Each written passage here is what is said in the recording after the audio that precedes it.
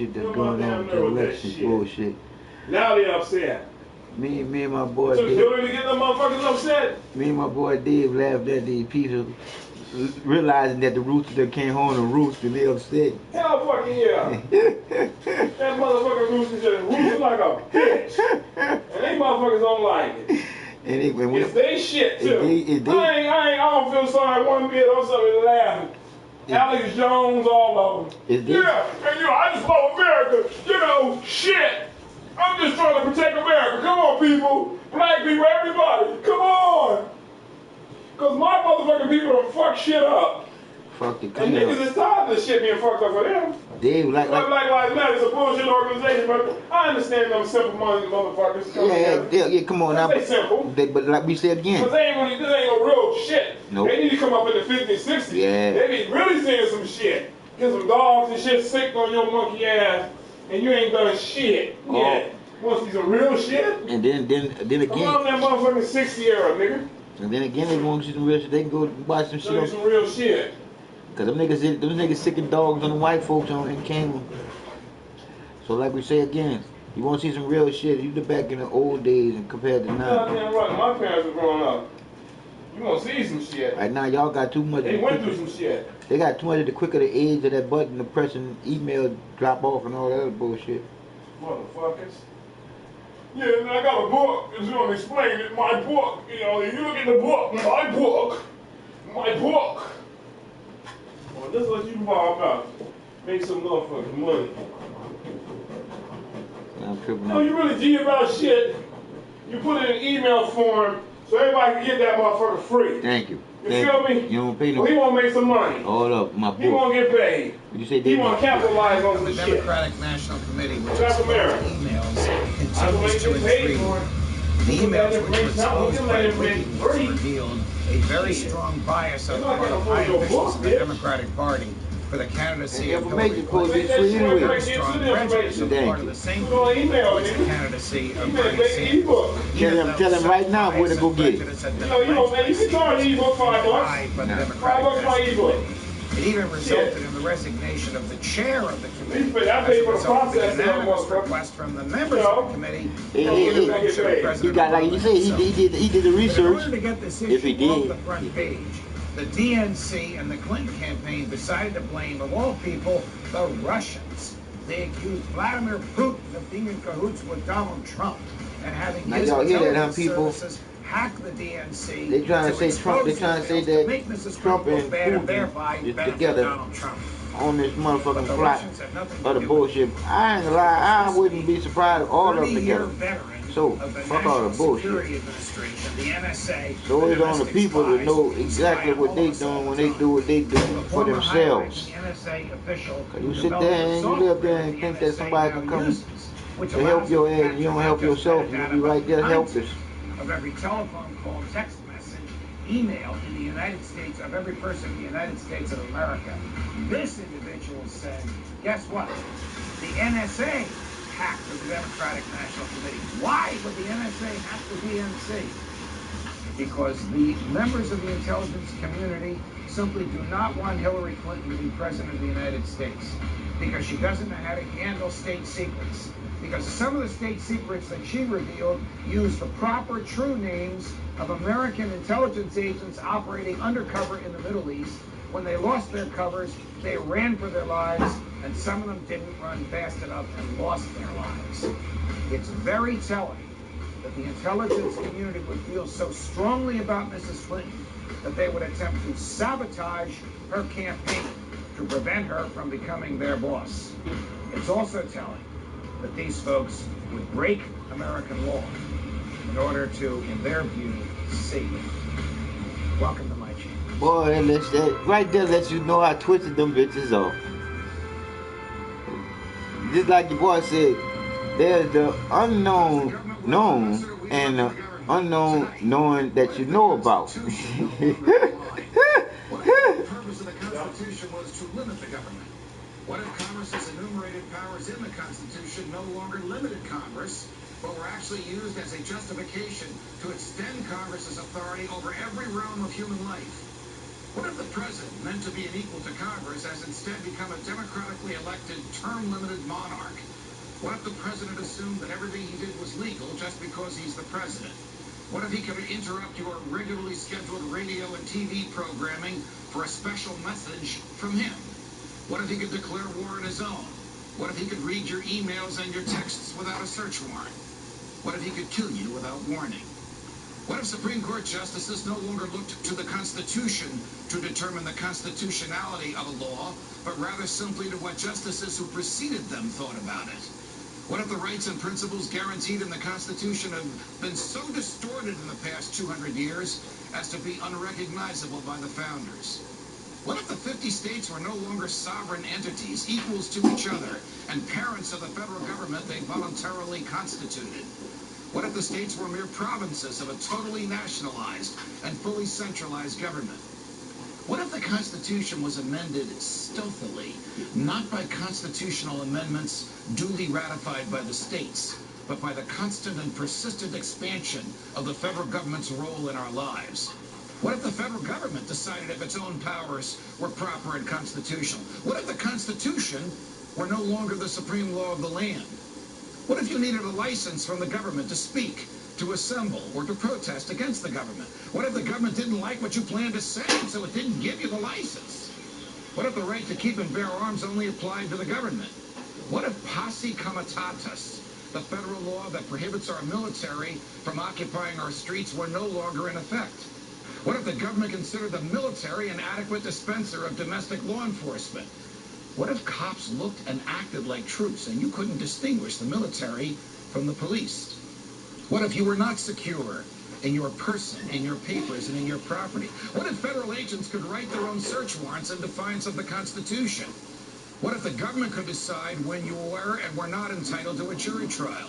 What if the government could take your property whenever it wanted? What if the government could continue prosecuting you until it got the verdict it wanted?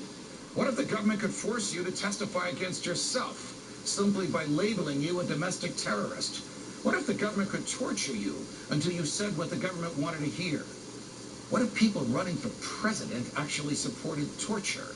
What if the government tortured your children to get to you?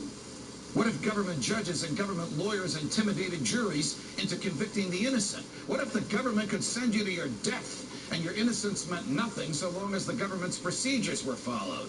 What if America's prison population, the largest in the world, was a cruel and unusual way for a country to be free? What if half the prison population never harmed anyone but themselves?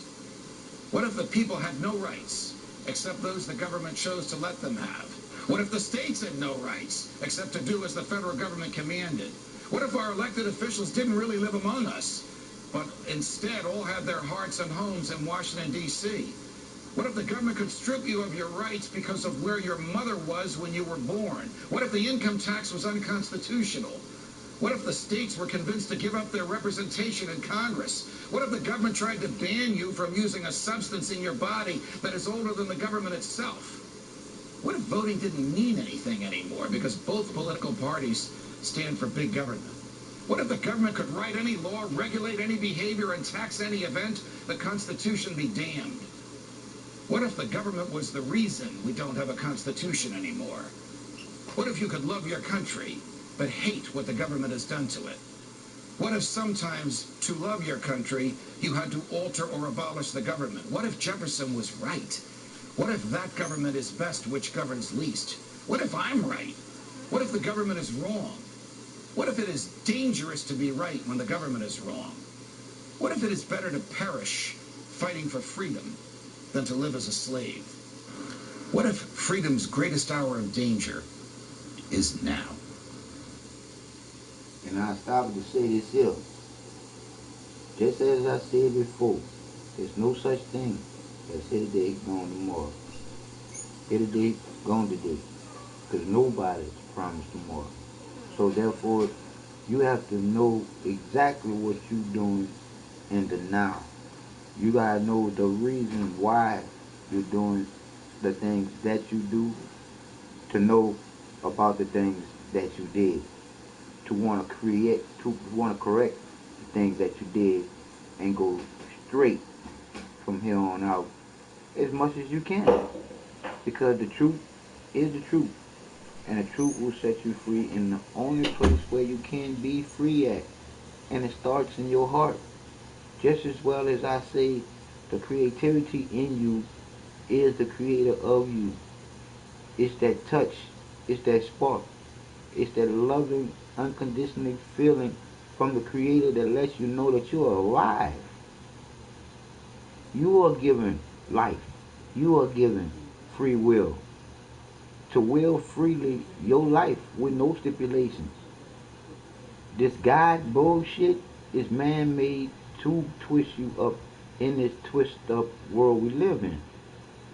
When you look at in God we trust is on money, and most of y'all trust money more than y'all trust yourself. That's the twist. You gotta know thyself in order to shine like the light which is in you, which is that vibration, which is the beat of your heart that pumps the blood through your veins. That is the creator of life. That is the love, is the original name before it was changed to the God bullshit. Man changes everything. That's why you got our Father who art in heaven. When there is no man in heaven, there's only the Son. And heaven is in you, around you, and you feel it. I'm just saying, it's time for you to reboot the original computer, which is your brain, and start thinking for thyself. Now, Governor Ventura, it's a pleasure. It's my pleasure, Judge. Keep up the great work. You're the only voice of reason out there. Well, thank you very much. I enjoyed reading the book, but it kept me up late at night because there were some things in here that terrified even me, and I call myself the night watchman of the government. What's the lesson of this? What do you want people to learn with 63 secret documents the government doesn't want you to know Well, about? first of all these documents in this book are in the public domain. Now, We broke no law. They are out there.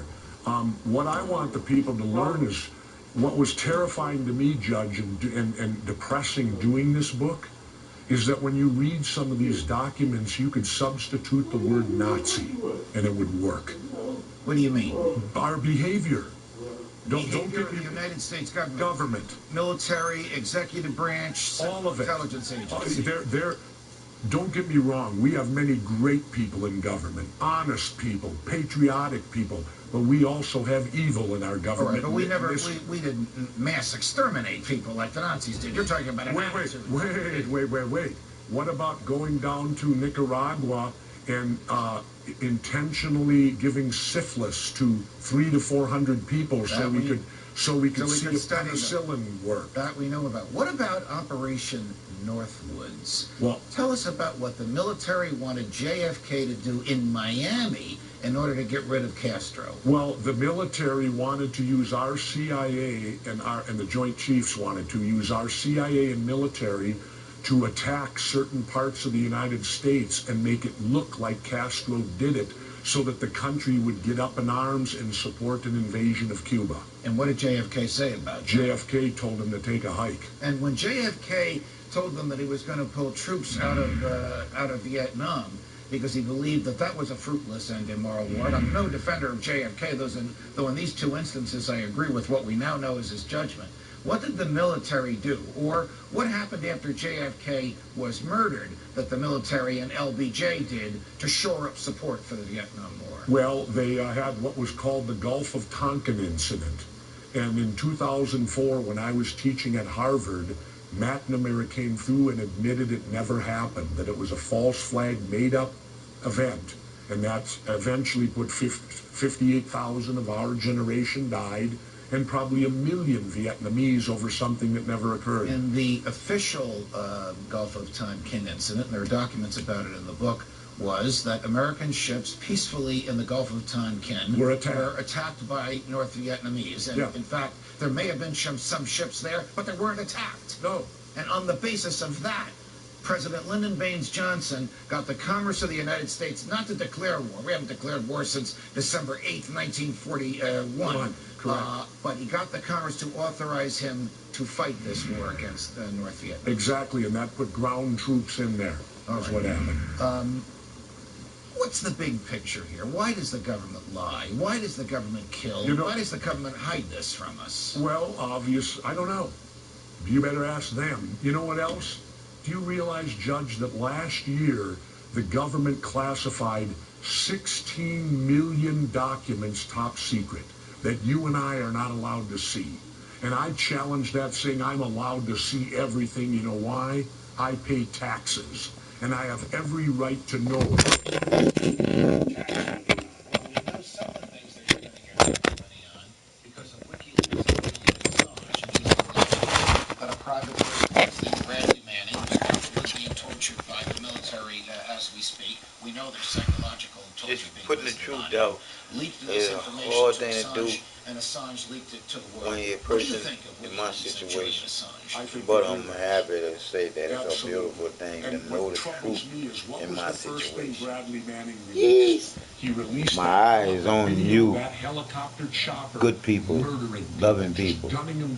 So now he's in prison, but these murderers are walking free. Well, why isn't he, and maybe this is a legal question that you should be asking me, why isn't he protected by the whistleblower laws? I mean, basically, he revealed that the government committed murder. He should be protected for that revelation, shouldn't he? Well, because I think that the whistleblower laws, they're there, but they don't exist, if you know what I mean.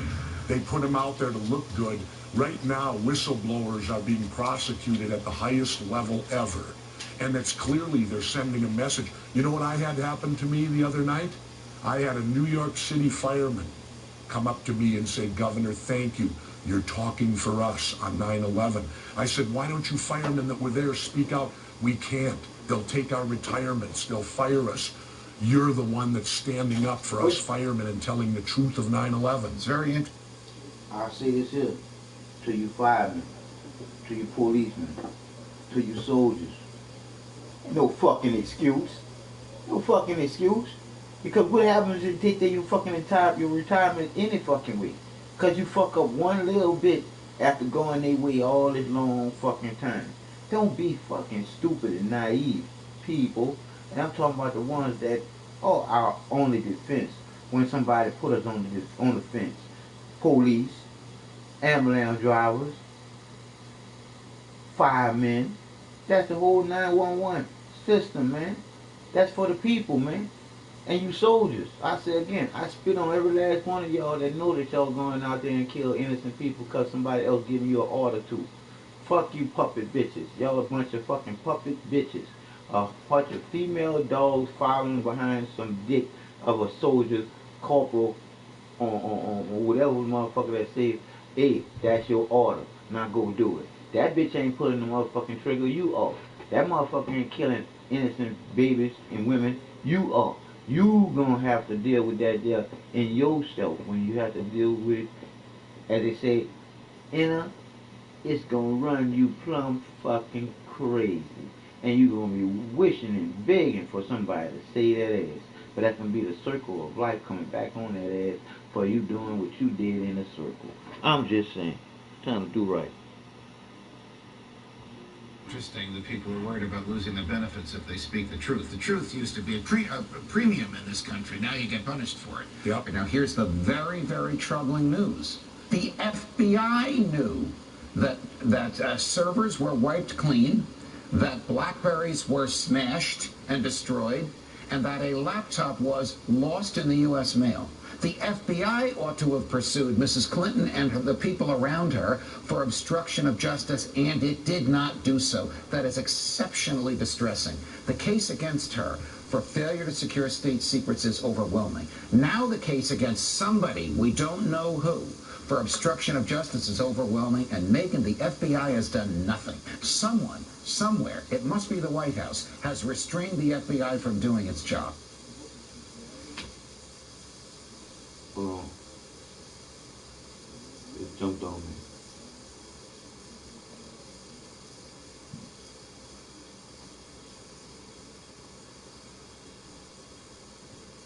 Miami, and okay to do in Miami in order to get rid of Castro. Well, the military wanted to use our CIA and the Joint Chiefs wanted to use our CIA and military to attack certain parts of the United States and make it look like Castro did it so that the country would get up in arms and support an invasion of Cuba. And what did JFK say about that? JFK told him to take a hike. And when JFK told them that he was going to pull troops out of Vietnam because he believed that that was a fruitless and immoral war. And I'm no defender of JFK, though in these two instances I agree with what we now know as his judgment. What did the military do? Or what happened after JFK was murdered that the military and LBJ did to shore up support for the Vietnam War? Well, they had what was called the Gulf of Tonkin incident. And in 2004, when I was teaching at Harvard, McNamara came through and admitted it never happened, that it was a false flag made-up event. And that eventually put 58,000 of our generation died, and probably 1 million Vietnamese over something that never occurred. In the official Gulf of Tonkin incident, there are documents about it in the book, was that American ships peacefully in the Gulf of Tonkin were attacked by North Vietnamese. And in fact, there may have been some ships there, but they weren't attacked. No. And on the basis of that, President Lyndon Baines Johnson got the Congress of the United States not to declare war. We haven't declared war since December 8th, 1941. Correct. But he got the Congress to authorize him to fight this war against North Vietnam. Exactly, and that put ground troops in there. That's what happened. What's the big picture here? Why does the government lie? Why does the government kill? Why does the government hide this from us? Well, I don't know. You better ask them. You know what else? Do you realize, Judge, that last year the government classified 16 million documents top secret that you and I are not allowed to see? And I challenge that, saying I'm allowed to see everything. You know why? I pay taxes. And I have every right to know what they're spending my tax money on. Well, we know some of the things they're spending your tax money on because of WikiLeaks and Julian Assange. It is alleged that a private first class named Bradley Manning, who's probably being tortured by the military as we speak, we know there's psychological torture being visited on him, leaked this information to Assange, and Assange leaked it to the world. What do you think of WikiLeaks and Julian Assange? I think they're heroes. Absolutely. And what troubles me is, what was the first thing Bradley Manning released? He released the video of that helicopter chopper murdering people, just gunning them down. So now he's in prison, but these murderers are walking free. Well, why isn't he, and maybe this is a legal question that you should be asking me, why isn't he protected by the whistleblower laws? I mean, basically, he revealed that the government committed murder. He should be protected for that revelation, shouldn't he? Well, because I think that the whistleblower laws, they're there, but they don't exist, if you know what I mean. They put them out there to look good. Right now, whistleblowers are being prosecuted at the highest level ever. And it's clearly they're sending a message. You know what I had happen to me the other night? I had a New York City fireman come up to me and say, "Governor, thank you. You're talking for us on 9/11. I said, "Why don't you firemen that were there speak out?" "We can't. They'll take our retirements. They'll fire us. You're the one that's standing up for us firemen and telling the truth of 9/11. It's very interesting that people are worried about losing their benefits if they speak the truth. The truth used to be a premium in this country. Now you get punished for it. Yep. Now here's the very, very troubling news. The FBI knew that servers were wiped clean, that BlackBerries were smashed and destroyed, and that a laptop was lost in the U.S. mail. The FBI ought to have pursued Mrs. Clinton and the people around her for obstruction of justice, and it did not do so. That is exceptionally distressing. The case against her for failure to secure state secrets is overwhelming. Now the case against somebody, we don't know who, for obstruction of justice is overwhelming, and Megan, the FBI has done nothing. Someone, somewhere, it must be the White House, has restrained the FBI from doing its job.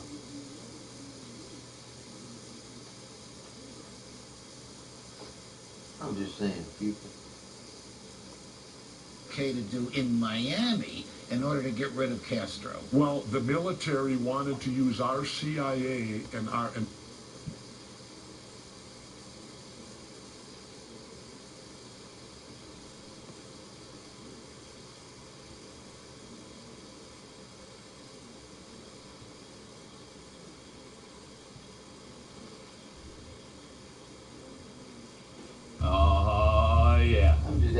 on with the truth. This is Pothole Town Just right throwing here. some stuff up on here. Pothole City, population the dummy. Here we go. For you people that live there, and get some truth for yourself. Cause we've been bullshit too long. One other thing. I don't want to go on that I damn do not auto. remember this level of scrutiny for one President Barack Obama when he was running. In fact, I remember just the opposite. I remember people just, oh, well, we won't really talk about that. We won't talk about that relationship. Well, Frank Marshall Davis, well, we don't want to talk about that. Bernadine Dorn, Bill Ayers, he didn't really know him. You know, all the things that Jeremiah Wright was saying, not a big problem. Goes to Occidental College, doesn't do all that well, and somehow ends up at Columbia University. Well, I don't know. His records are sealed. Why is his record sealed? Why are you guys not interested in why his records are sealed? Why are you not interested in that? Let me ask that. Can somebody tell me why, please? I'm asking you why it's sealed.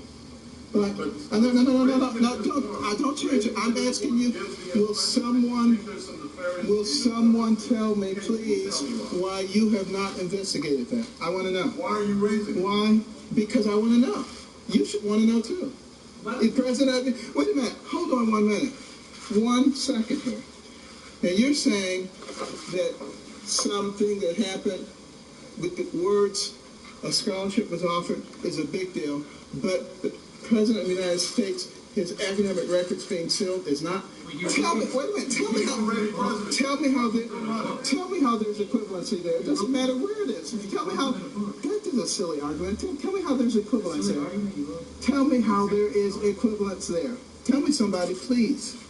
Because you see, what you're not going to find with me is somebody who's just going to sit back and let you be completely unfair without letting the American people know what's going on. And the American people are waking up to your games. Now, one of the things that I have learned about Hillary Clinton is that one of her heroes, her mentors, was Saul Alinsky. And her senior thesis was about Saul Alinsky. This was someone that she greatly admired and that affected all of her philosophies subsequently. Now, interestingly enough, let me tell you something about Saul Alinsky. He wrote a book called Rules for Radicals. On the dedication page, it acknowledges Lucifer, the original radical who gained his own kingdom. Now, think about that. This is a nation where our founding document, the Declaration of Independence, talks about certain inalienable rights that come from our Creator. Nah. This is a nation where our Pledge of Allegiance says we are one nation under God. See? Under love. That's the Creator's original name. See, God was a metaphor created by man. I can break it down to you as easy as giving you 4 periods of your life, giving you 4 words starting with L, ending with E, that sums your life up from beginning to the ending in 4 stages. But the truth to the whole matter is, the truth will set you free, because the truth is the truth.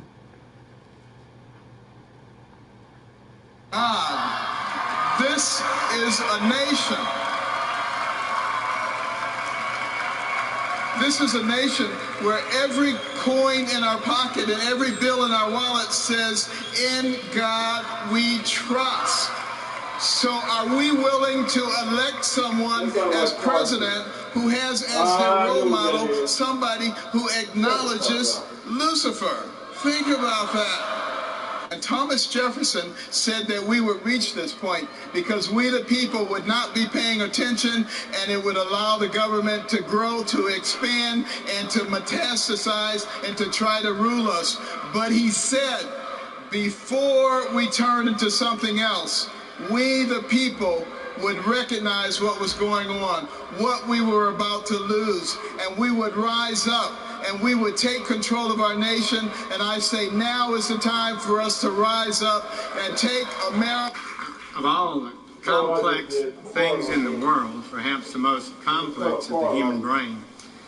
How come I can remember the words of the preamble of the Constitution That's how I feel about on it. my glasses? On that too. Definitely on We've that. invited as our guest speaker this morning.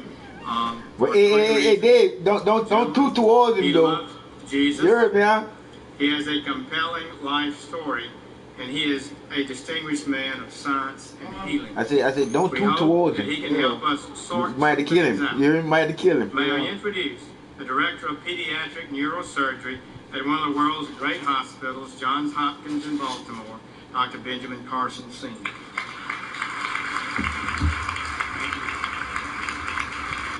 Boy, I'm tired of seeing that nasty shit on that curtain.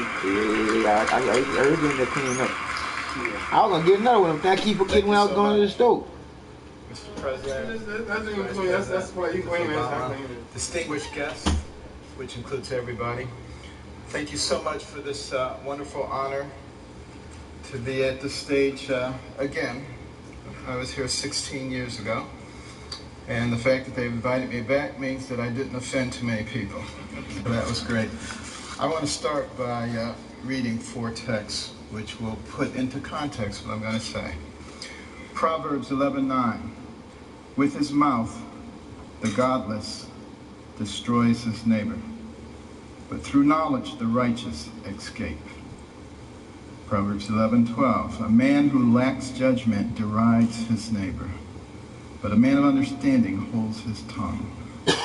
Proverbs 11:25. A generous man will prosper. He who refreshes others will himself be refreshed. And 2 Chronicles 7:14.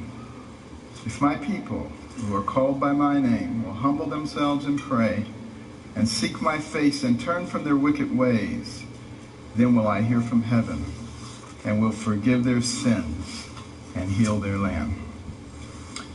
You know, I have an opportunity to speak in a lot of venues. This is my 4th speech this week. And I have an opportunity to talk to a lot of people. And I've been asking people, what concerns you?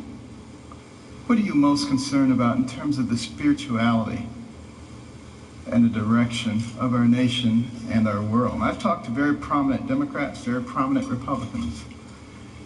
And I was surprised by the uniformity of their answers. And those have informed my comments this morning. Now, it's not my intention to offend anyone. I have discovered, however, in recent years that it's very difficult to speak to a large group of people these days and not offend someone. People walk around with their feelings on their shoulders waiting for you to say something. Ah, did you hear that? And they can't hear anything else you say. The PC police are out in force at all times. I remember once I was talking to a group about the difference between a human brain and a dog's brain. And a man got offended. He said, you can't talk about dogs like that. But, you know, people just focus in on that, completely miss the point of what you're saying. And we've reached a point where people are afraid to actually talk about what they want to say because somebody might be offended. People are afraid to say Merry Christmas at Christmas time. It doesn't matter whether the person you're talking to is Jewish or, you know, whether they're any religion. That's a salutation of greeting, of goodwill. We've got to get over this sensitivity, you know, and it keeps people from saying what they really believe. You know, I'm reminded of a very successful young businessman, and he loved to buy his mother these exotic gifts for Mother's Day, and he ran out of ideas, and then he ran across these birds. These birds were cool. You know, they cost $5,000 a piece. They could dance, they could sing, they could talk. He was so excited he bought 2 of them. Sent them to his mother, couldn't wait to call her up on Mother's Day. Mother, what'd you think of those birds? And she said, they was good. He said, no, Mother, you didn't need those birds. Those birds cost $5,000 a piece. They could dance, they could sing, they could talk. And she said, well, they should have said something. And you know, that's where we end up too if we don't speak up for what we believe. And you know, what we need to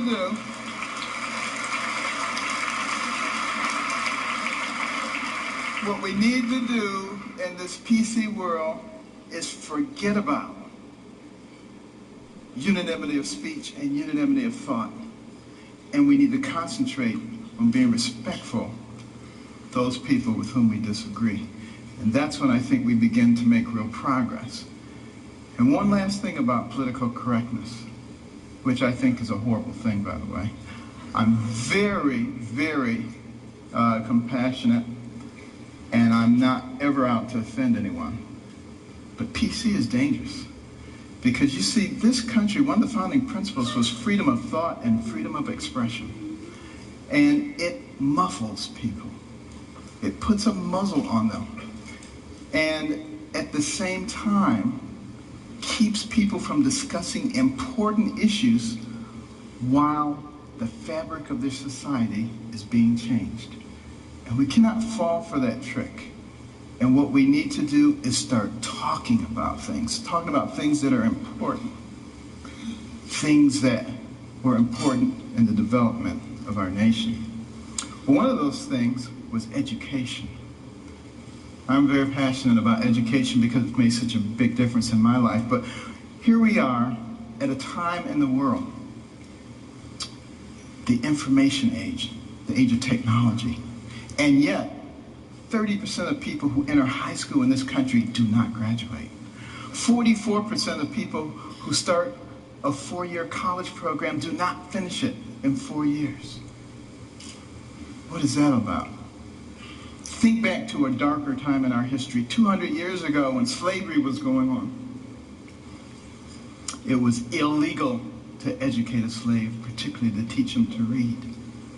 Why do you think that was? Because when you educate a man, you liberate a man. And there I was as a youngster, placing myself in the same situation that a horrible institution did because I wasn't taking advantage of the education. I was a horrible student. Most of my classmates thought I was the stupidest person in the world. They called me dummy. I was the butt of all the jokes. Now, admittedly, it was a bad environment. Single parent home. You know, my mother and father had gotten divorced early on. My mother got married when she was 13. She was one of 24 children. Had a horrible life.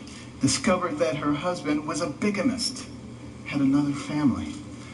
And she only had a 3rd grade education. She had to take care of us. Dire poverty. I had a horrible temper, poor self-esteem. All the things that you think would preclude success. But I had something very important. I had a mother who believed in me. And I had a mother who would never allow herself to be a victim, no matter what happened. Never made excuses, and she never accepted an excuse from us. And if we ever came up with an excuse, she always said, "Do you have a brain?" And if the answer was yes, then she said, then you could have thought your way out of it. It doesn't matter what John or Susan or Mary or anybody else did or said. And it was the most important thing she did for my brother and myself. Because if you don't accept excuses, pretty soon people stop giving them and they start looking for solutions. And that is a critical issue when it comes to success. Well, you know, we did live in dire poverty. And one of the things that I hated was poverty. You know, some people hate spiders, some people hate snakes. I hated poverty. I couldn't stand it. And, but you know, my mother couldn't stand the fact that we were doing poorly in school. And she prayed and she asked God to give her wisdom. What could she do to get her young sons to understand the importance of developing their minds so that they could control their own lives? And you know what? God gave her the wisdom, at least in her opinion. My brother and I didn't think it was that wise because it was a turn off the TV. Let us watch only 2 or 3 TV programs during the week, and with all that spare time, read 2 books apiece from the Detroit Public Libraries and submit to her written book reports, which she couldn't read, but we didn't know that. You know, she put check marks and highlights and stuff. But, you know, I just hated this. My friends were out having a good time. Her friends would criticize her. They would say, "You can't make boys stay in the house reading books. They'll grow up, they'll hate you."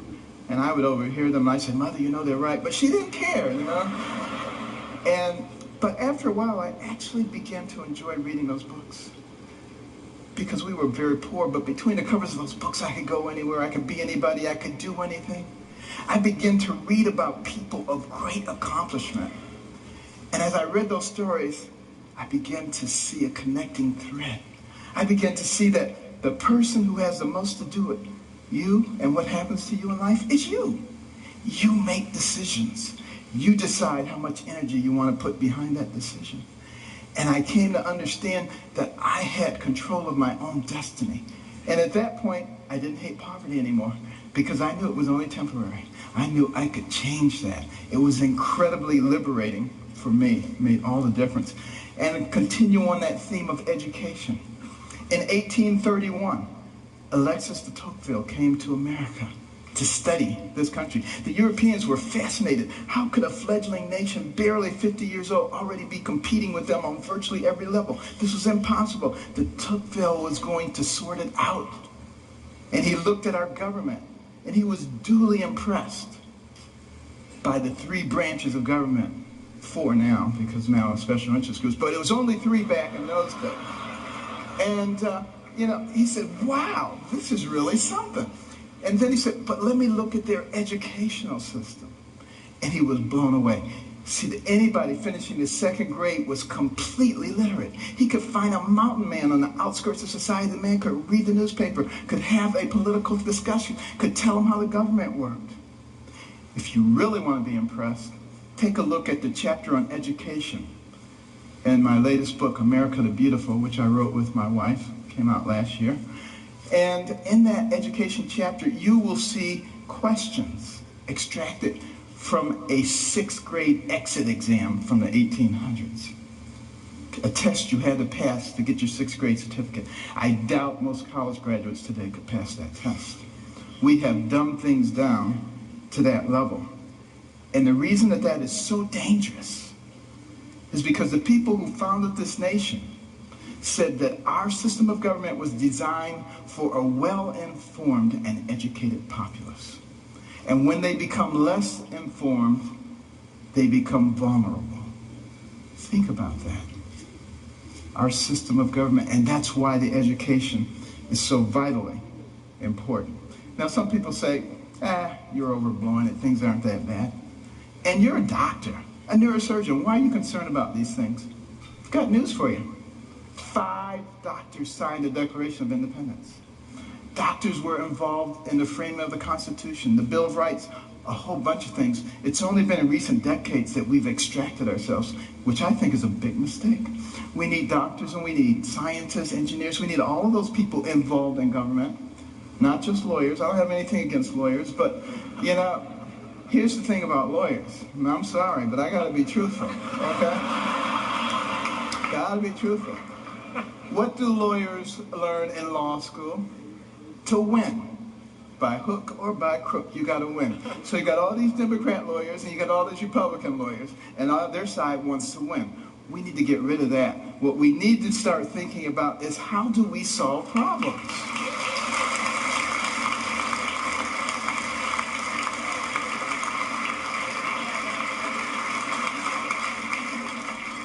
And now, before I get shot, let me finish here. Now, one of the reasons, and I don't like to bring up problems without coming up with solutions. My wife and I started the Carson Scholars Fund 16 years ago after we heard about a survey, international survey, looking at the ability of 8th graders in 22 countries to solve math and science problems. And we came out number 21 out of 22, barely beat out number 22, very concerning. And we'd go into schools and we'd see all these trophies, all-state basketball, all-state wrestling, all-state this, that, and the other. The quarterback was the big man on campus. And what about the intellectual superstar? What did they get? A National Honor Society pin? A pat on the head, they're their little nerd? Nobody cared about them. And is it any times the smart kids try to hide? They don't want anybody to know that they're smart. This is not helping us as a nation. So we started giving out scholarships to students from all backgrounds for superior academic performance and demonstration of humanitarian qualities. Unless you cared about other people, it didn't matter how smart you were. We got plenty of people like that. We don't need those. We need smart people who care about other people. We would give them money. The money would go into a trust. They would get interest on it. When they went to college, they get the money. But also the school gets a trophy. Every bit as impressive as any sports trophies. Goes right out there with the others. They get a medal. They get to go to a banquet, and we try to put them on the same kind of pedestal as we do the all-state athletes. Now, I have nothing against athletics or entertainment, please believe me. You know, I'm from Baltimore. The Ravens won. This is great, okay? But what will maintain our position in the world? The ability to shoot a 25-foot jump shot or the ability to solve a quadratic equation? And we need to put the things into proper perspective. And, you know, many teachers, you know,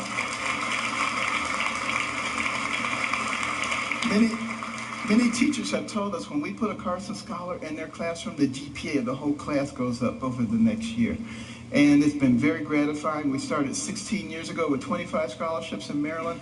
Now we've given out more than 5,000, and we're in all 50 states. But we also put in reading rooms. These are fascinating places that no little kid could possibly pass up. And they get points for the amount of time they spend in their reading, the number of books that they read, and they can trade them in for prizes. In the beginning, they do it for the prizes, but it doesn't take long before their academic performance begins to improve. And we particularly target Title I schools where kids come from homes with no books and they go to schools with no libraries. Those are the ones who drop out. And we need to truncate that process early on because we can't afford to waste any of those young people.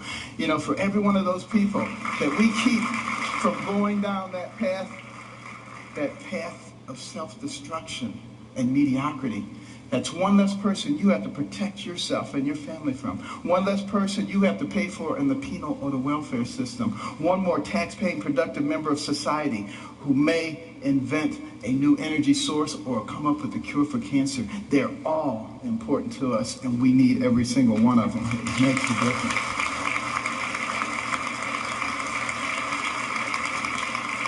And when you go home tonight, please read about it. Carson Scholars Fund. CarsonScholars.org. But why is it so important that we educate our people? Because we don't want to go down the same pathway as many other pinnacle nations who have preceded us. I think particularly about ancient Rome. Very powerful. Nobody could even challenge them militarily. But what happened to them? They destroyed themselves from within. Moral decay. Fiscal irresponsibility. They destroyed themselves. And if you don't think that can happen to America, you get out your books and you start reading. But you know, we can fix it. Why can we fix it?